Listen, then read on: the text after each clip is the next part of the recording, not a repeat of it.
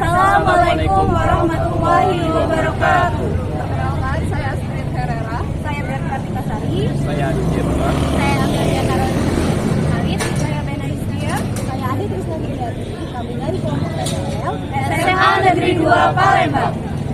Baiklah.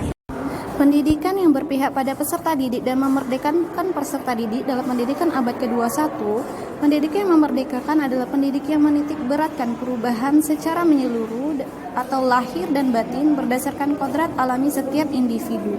Kemerdekaan yang dimaksud dalam pendidikan itu bersifat 3 hal: berdiri sendiri, tidak bergantung pada orang lain, dan dapat mengatur dirinya sendiri.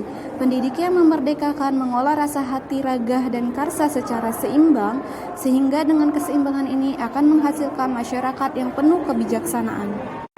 Salah satu contohnya memerdekakan peserta didik praktik pembelajaran di kelas. Pertama, adanya ruang kolaborasi dalam proses pembelajaran. Pembelajaran kolaboratif memudahkan para siswa belajar dan bekerja bersama, saling menyumbangkan pemikiran, bertanggung jawab terhadap pencapaian hasil belajar secara kelompok maupun individu. Memanfaatkan teknologi. Pada era 4.0 ini, dunia pendidikan tidak bisa dilepaskan dari teknologi digital. Baik guru maupun murid sudah memanfaatkan teknologi dalam proses pembelajaran di kelas. Misal, pada proses pembelajaran, guru menggunakan PowerPoint atau Canva untuk mempresentasikan materi pembelajaran. Guru juga dapat menggunakan aplikasi seperti Google Form untuk proses asesmen. Di sekolah, siswa juga diperbolehkan untuk membawa smartphone, sehingga guru dapat memberikan materi belajar melalui smartphone mereka. Siswa juga dapat mengakses materi dari berbagai sumber di internet, sehingga dapat mendukung proses pembelajaran di kelas. Student-centered learning, atau yang lebih dikenal sebagai pembelajaran yang berpusat atau yang berbasis pada peserta didik, ialah suatu model, metode, atau pendekatan pembelajaran yang menempatkan peserta didik sebagai pusat dari proses pembelajaran. Atau dengan kata lain, peserta didik di sini berperan sebagai tokoh utama yang berperan aktif dalam pembelajaran.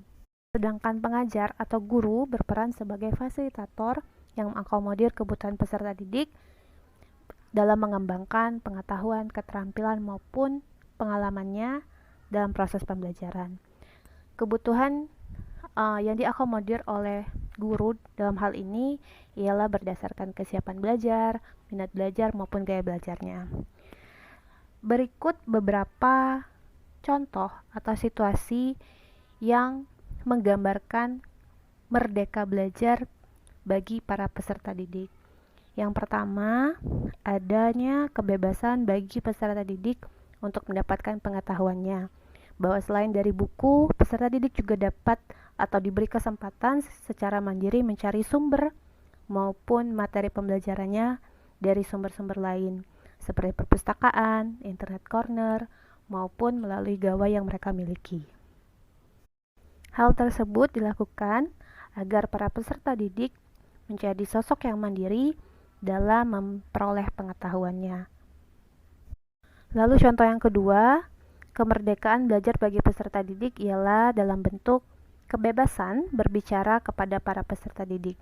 Kebebasan berbicara dalam hal ini adalah kebebasan bagi para peserta didik untuk mengungkapkan pendapatnya baik dalam kelompok kecil maupun kelompok besar. Dalam hal ini seperti diskusi kelompok maupun mendemonstrasikan atau mempresentasikan hasil dari diskusi kelompoknya.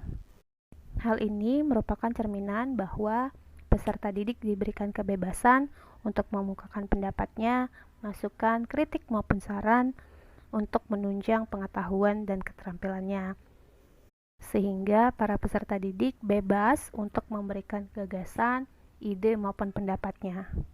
Dan para peserta didik lainnya juga diberi kebebasan untuk mengkritik, memberi masukan ataupun memberi saran yang membangun. Baiklah, di sini dengan saya Ari Wijaya Putra. Di sini saya akan menjelaskan pembelajaran berdiferensiasi. Pembelajaran berdiferensiasi yang dapat ditemukan pada saat proses pembelajaran mata pelajaran bahasa Inggris di SMA Negeri 2 Palembang, yaitu dengan mengelompokkan peserta didik berdasarkan tingkat kemampuan dan minat belajarnya. Dan peserta didik juga dibimbing oleh guru atau pendidik berdasarkan tingkat kemampuan kelompok belajarnya. Sekian dan terima kasih.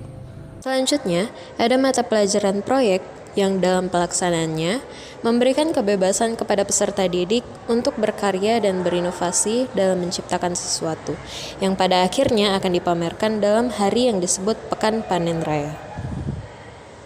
Baik, selanjutnya yaitu refleksi.